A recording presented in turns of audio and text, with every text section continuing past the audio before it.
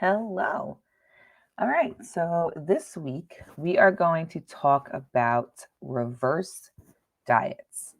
Now, I'm assuming if you are a normal listener, you are somewhat up to date or aware of some of the diet and health and fitness lingo. And if you are, you've probably heard the term reverse diet before. But if you are new to this podcast or just new to the health and fitness world and you're like, what the heck is that? The only reverse thing I know is Uno and my car. I will explain it to you. Um, for the people that do know what it is, you probably see it a lot on social media, right? It gets a lot of attention and it kind of has the claim that people are eating more while losing weight. And why can people claim that? How does that make any sense? Why do people claim that they have to add calories to their diet, right? What does this all mean? What does a reverse diet mean? Why is it not a bulk, right? If you're adding calories to your diet. And before we go over what an actual reverse diet is, I do want to clarify what the three phases of dieting are. So when I name drop them in the explanation of reverse diet, you know what the heck I'm talking about. And it's super important that everyone knows the phases of dieting, right? Dieting is not cutting calories. Your diet is what a human eats. So there are different kinds of diets you can be on. So the first phase is called maintenance. Now, this means you are eating equal to what you are burning. Now, this is going to be different every single day in a range, right? It's not going to be different by thousands of calories or thousands of, things that you burn. It's going to vary, zero, I guess, to about 100, 150 calories a day, like a sliding scale, maybe even 200, but let's say 0 to 150, because you don't walk the same exact steps every day. You don't do the same exact workout every day. You don't have the same exact life experiences every single day. So your maintenance calories, equal in, equal out, is going to be a little bit of a sliding scale. This is where you want to spend most of your life, which is kind of hard for people to hear since most people spend their life attempting to cut calories, right? This is your happy place. This is where you're living at homeostasis, right? What you're putting in is what you're getting out. You can go out to eat a little bit more. You can be a little bit more flexible with what your experiences and the events you say yes to. Um, you know, it's a good place to be. It's hopefully a good amount of food. It's also paired with good workouts. This is the place where body recomposition happens the most too, where you're eating enough that your body can still create muscle and lose body fat. So this is the phase that sometimes people don't see the scale move at all, but they're losing 2, 3, 4 inches on their waist and their hips, right? This is an awesome place. This is where, again, you should spend most of your life. You should not spend most of your life cutting calories. Now, that leads us into phase two. Phase two is what we call a cut, a caloric deficit. This in real world is what people kind of refer to when they use the word diet. I'm on a diet. Really, that just means I'm on eating food, right? What they mean by it is I'm restricting calories. And that's what a cut is called. This is where you eat less than you burn. This is intended for body fat loss or weight loss, really, where you want to see the number on the scale go down. This is where most people bounce to every Monday, but then quit almost every Friday, right? This is the on and off again, yo yo dieting, hamster wheel cut scenario that so many people are on. These should be 6 to 12 weeks max, right? You're not doing these for 3, 4, 5 month bouts. You are also not doing them every other week or every 3 months, right? You should maybe cut your calories twice a year max, right? I do it like maybe once a year, I haven't done a true cut in about 3 years, but it's not something that you want to keep going in and out of because, like I've said in other podcasts, your body adapts to cutting calories. So the more you do it, the more you start over and cut your calories, the easier it is for your body to adapt, the harder it is to lose weight. These diets, these cuts should suck. They are not fun. There should be no booze. There should be minimal meals out, like once a week, if that. You should be eating as many meals cooked by your own hands as you possibly can, right? You should be hungry. You may feel a little bit low in energy. You may not be sleeping as well, but that's the point.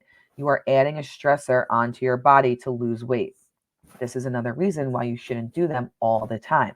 You shouldn't put this stressor on your body constantly, or else internal health is going to get sacrificed.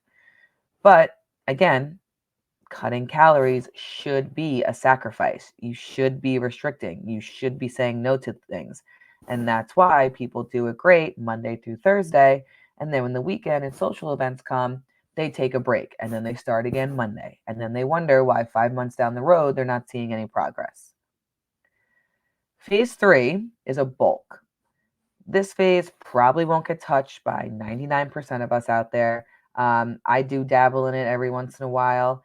A couple of my clients have, but this is where you purposely eat more than you burn, right? This is growing season. This is a great phase to go in over winter. This is where you want to grow muscle, right? Your muscle does not just appear. So if you are anything but a beginner, you're going to have to give your body excess calories to grow muscle. It doesn't just happen. Like money doesn't grow on trees, muscle doesn't just grow on bodies. You need to give your body extra calories to create that muscle from.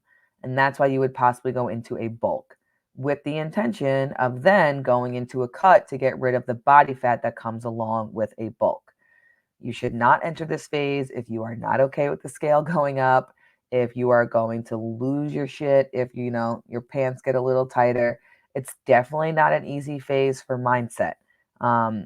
You get bigger. Most of it is hopefully muscle, but body fat is going to happen as well. You just kind of have to get over the fact that you can get that body fat off, and then you're going to reveal some amazing muscle that you worked hard to build. Now, so those are the 3 phases of dieting: maintenance, cut, and bulk.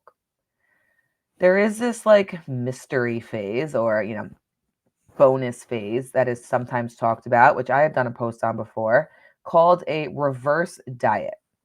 Now, a reverse diet is not an actual phase of dieting. It is just a method or a process that nutrition coaches or people can use to kind of implement some more change. There are 2 instances in which a reverse diet would maybe happen.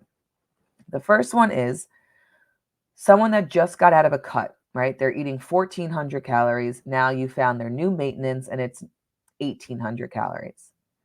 You're going to have to add calories back into their diet to get them back to 1,800. Now, some clients are just like, yeah, just give me the 1,800. I understand the scale is going to go up a pound or 2. I'm okay with that. I know I can't live at my leanest, but let's just get me back to eating food.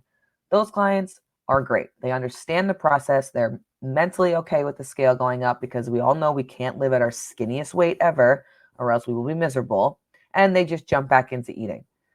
Other times, clients want to, play a little caution with the scale and they don't want to just increase 400 calories a day to their diet. So you can do it in phases, right? Week 1, you eat 1,600 calories.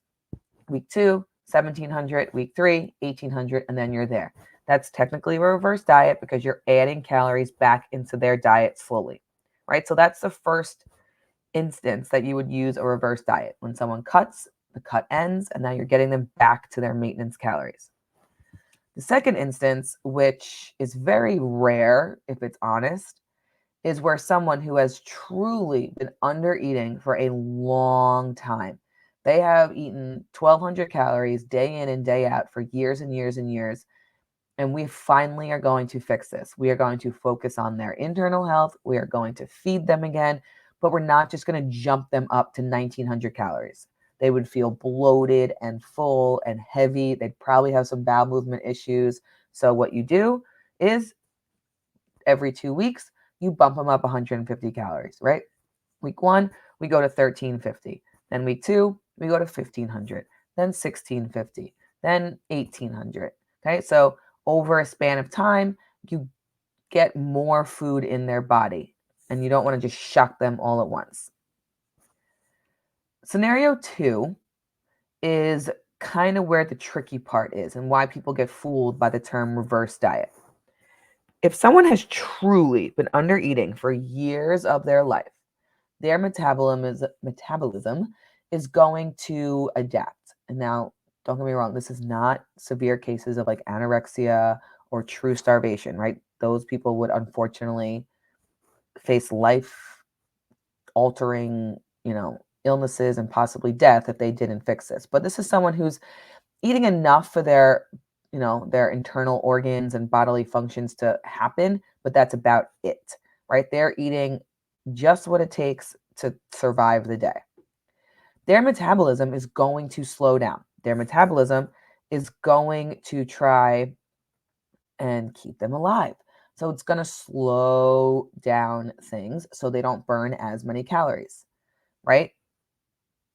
This just simply means your body learns to live on as few calories as possible. Something has to give, right? Since there isn't enough adequate fuel coming in. If this person then decides to focus on their nutrition and grow muscle and get rid of that skinny fat look, or get rid of the high body fat count and change their ways, you may have to introduce more food into their diet before you can even think about lowering calories, right? For example, if Trudy was eating 1200 calories a day for 4 years, you cannot, in good faith or any sort of professional mindset, tell her that she is good to go to try and lose 5 pounds, because that would mean you would have to lower Trudy's calories to probably 600 calories a day. Now, she would probably end up starving to death in the hospital or create some permanent damage to her internal health and her external health, right? So we can't possibly help Trudy lose weight or, get the scale down while she's eating 1200 calories. We have to get those calories up before we can even think about doing a cut. So what you would do is you would work to get her calories up to a safe number for someone her age, height, weight, and activity level. The scale will probably go up. If Trudy weighed 130 pounds while eating 1200 calories, and now you're getting her back up to 1800 calories, she may see 135 on the scale for a bunch of different reasons. She has more food in her body, literally just volume in her body. More food comes more poop. She's got more poop in her body. She might even be just growing muscles from carrying around more weight. She has more carbs in her body, so therefore she's storing a little bit more water.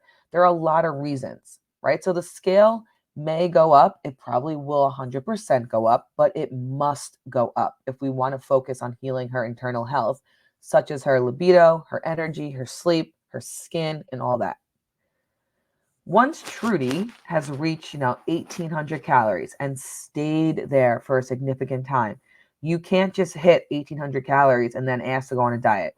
You have to sit at maintenance for a while and let your body heal. Let your body trust you again that you're going to feed it. During this time period, when you're feeding it, your body starts to speed up again. It starts to trust you. It's going to be fed. It can speed up your internal functions. It can get going again. You're fueling the fire. But hopefully you can see other changes that are just as important, if not more important, during this time. Hopefully Trudy is sleeping better. Her libido is back up. She has more energy. Her hair is stronger. Her nails are stronger. Her face is more hydrated and glowing. There are a lot of things that can happen while eating more calories that are way better for Trudy than just seeing the number on the scale go down. After that time, after she has accurately and inherently stayed at these number of calories for 6 or so months, and she's really noticing these internal health changes, then there's the possibility of cutting calories again, because we have kind of healed her internal health and her body is ready for a true cut. That would be one reason for a reverse diet. And to be honest, that is very, very rare. A lot of people think they're Trudy. A lot of females, especially 35 and older, think they are Trudy. They think that they are under eating all the time and they just can't lose weight, right? How many times have you guys heard that? I barely eat and I can't lose weight.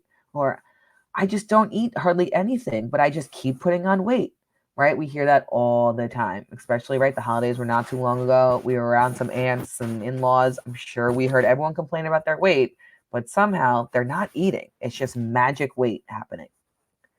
The general public underestimates how much they eat very often and very easily, right? If you had people write down how many calories they thought they took in a day and then actually track it, for the most part, they are going to be very low on what they thought. They don't have magic tapeworms.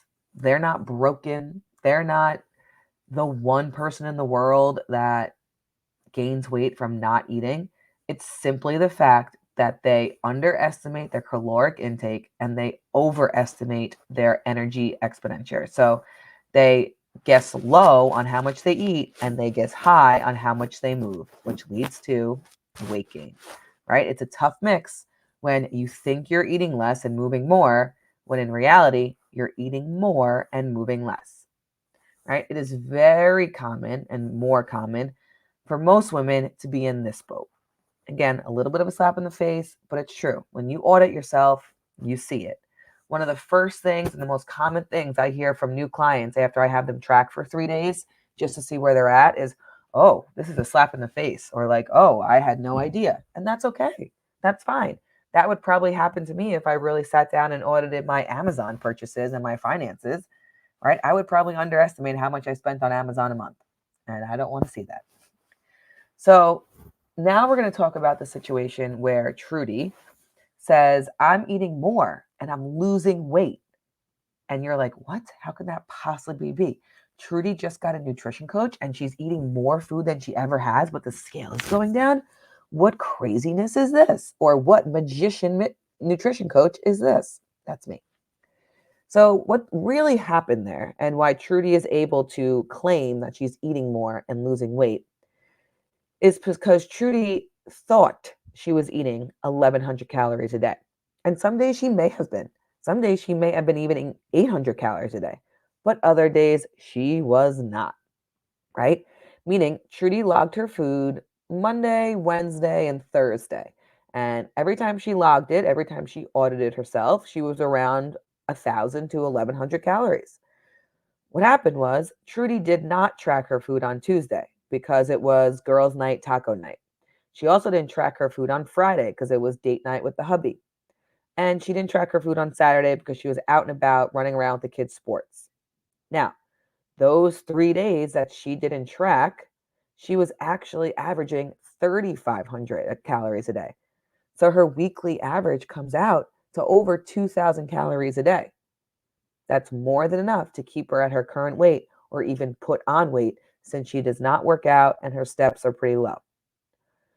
So it's the fact that we either pick or choose when we track or we undereat some days and then really overeat others. It brings our weekly totals above our needs, above the energy that we are spending.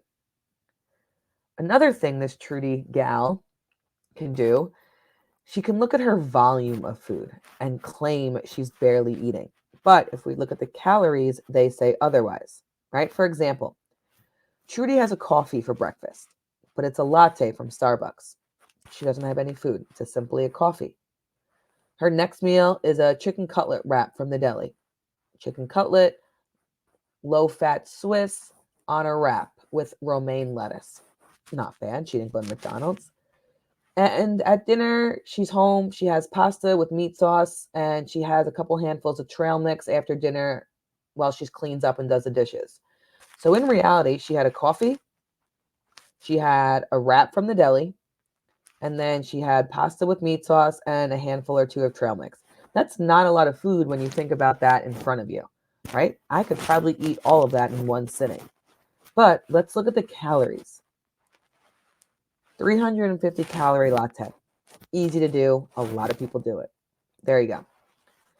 A fried chicken cutlet from the deli on a wrap that's huge with oil and whatever they cook with that we know they do, even though they don't say it, probably over 600 calories. Her pasta with meat sauce, even if it wasn't a huge portion, easily over 500. No one in the world eats one portion of pasta. No one.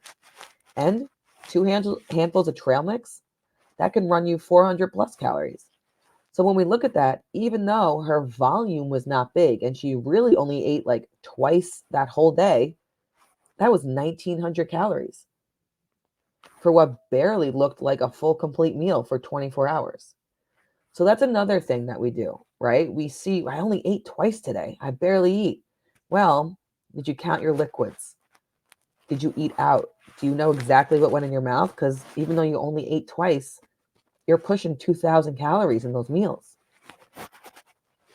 Then the magician, me, comes into play, right? You hire a nutrition coach because you want to get off this hamster wheel. You don't want to dive into the Ozempic world because you really want habit changes and you want this to be long lasting. You don't want your skin to sag down to your ankles.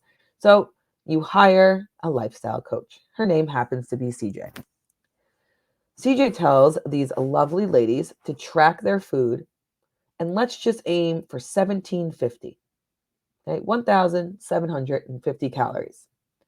We're going to aim for 150 grams or 600 calories of protein a day.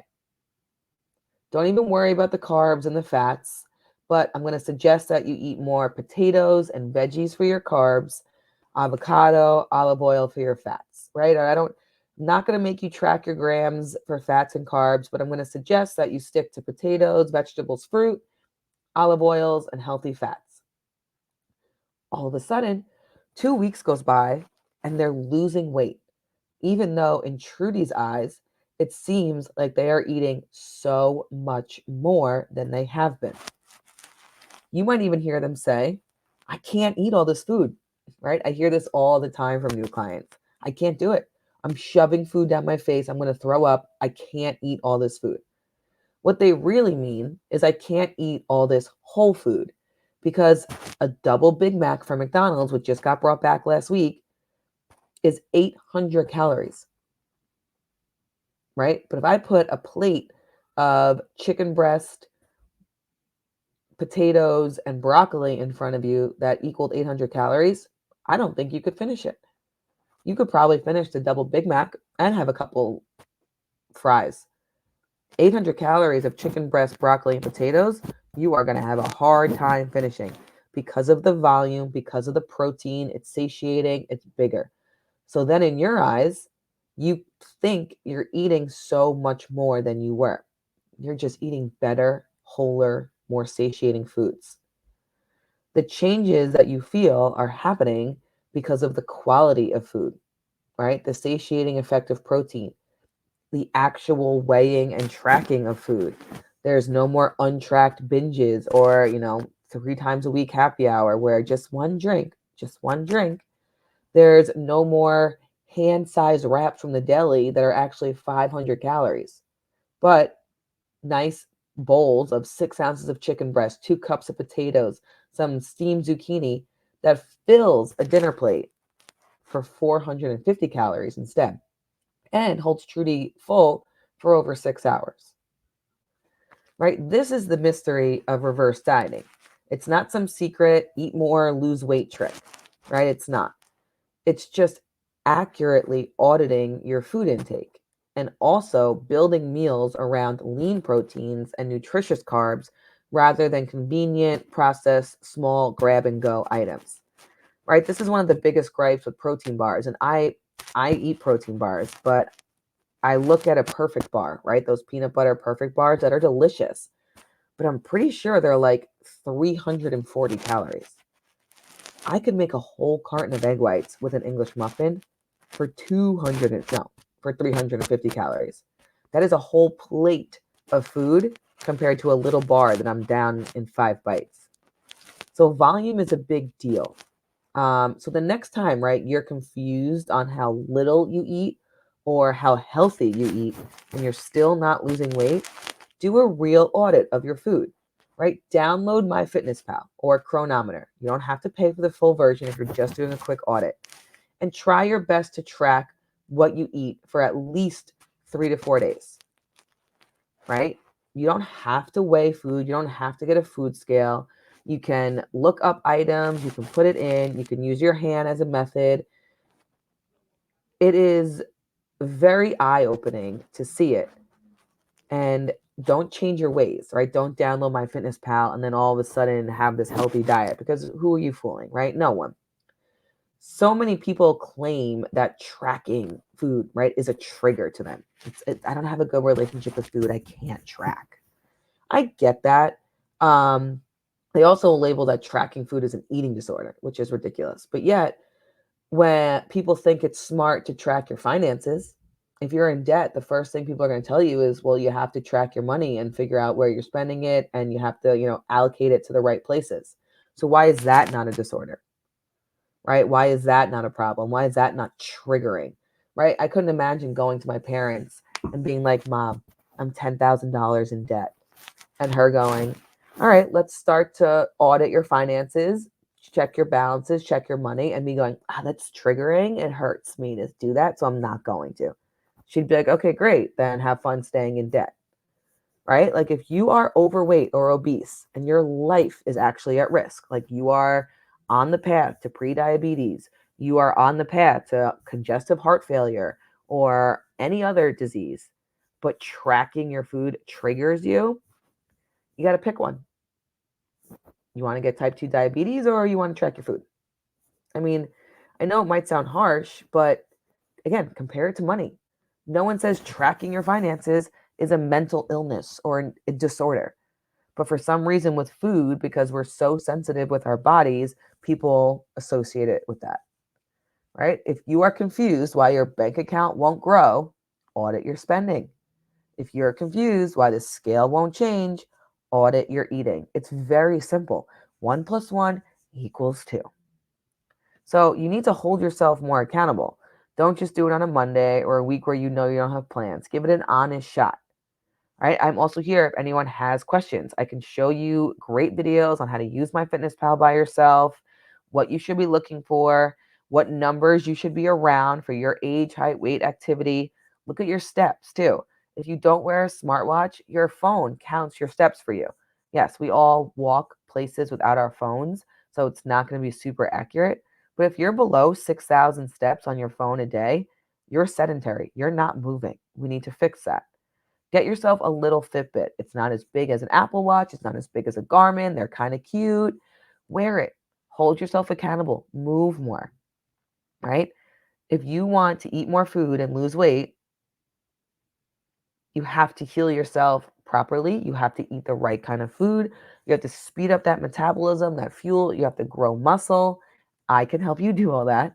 This community can help you do all that. We have some amazing transformations of people that were this Trudy, right? They were the Trudy that thought they underate for years, when in reality, they underate some days and way overate the others. Some honest tracking and tweaks to their diet made the world of a difference.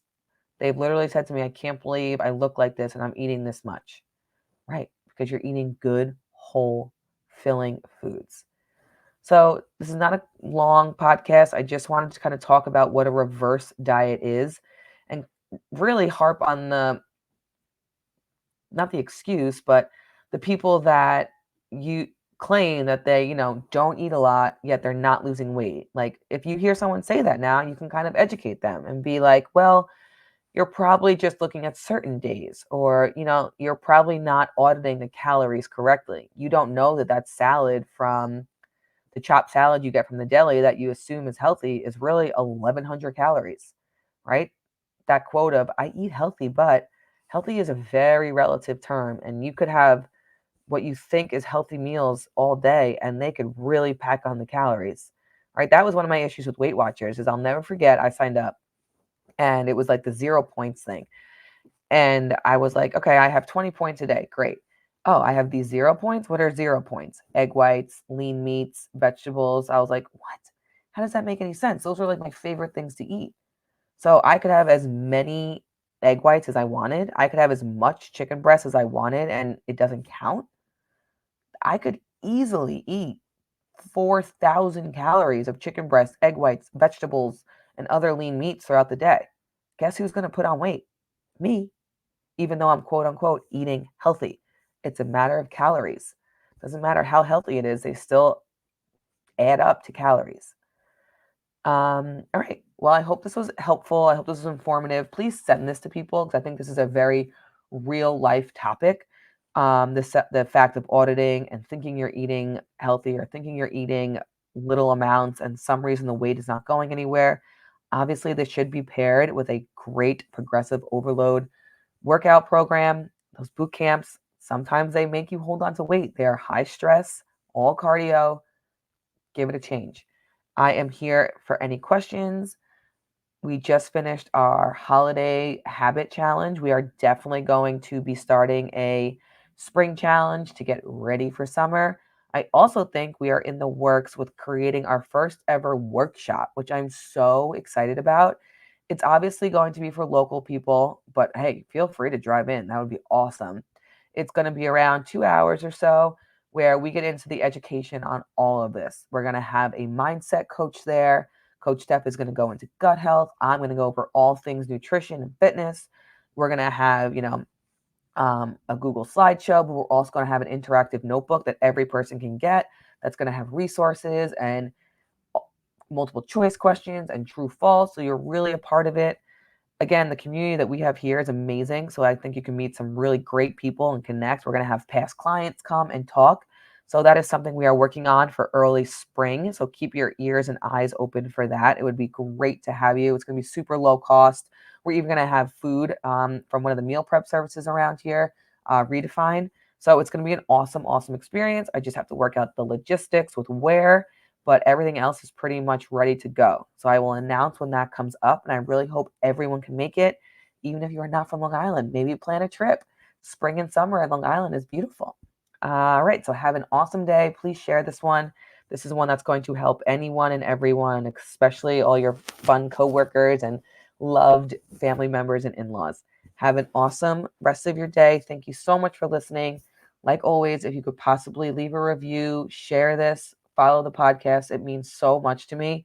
It's really the only way that I can keep doing this without having to try and do some sort of fee. So again, anyone you send this to, again, I appreciate it. You guys are all the best. Remember, we don't need to live at 100%.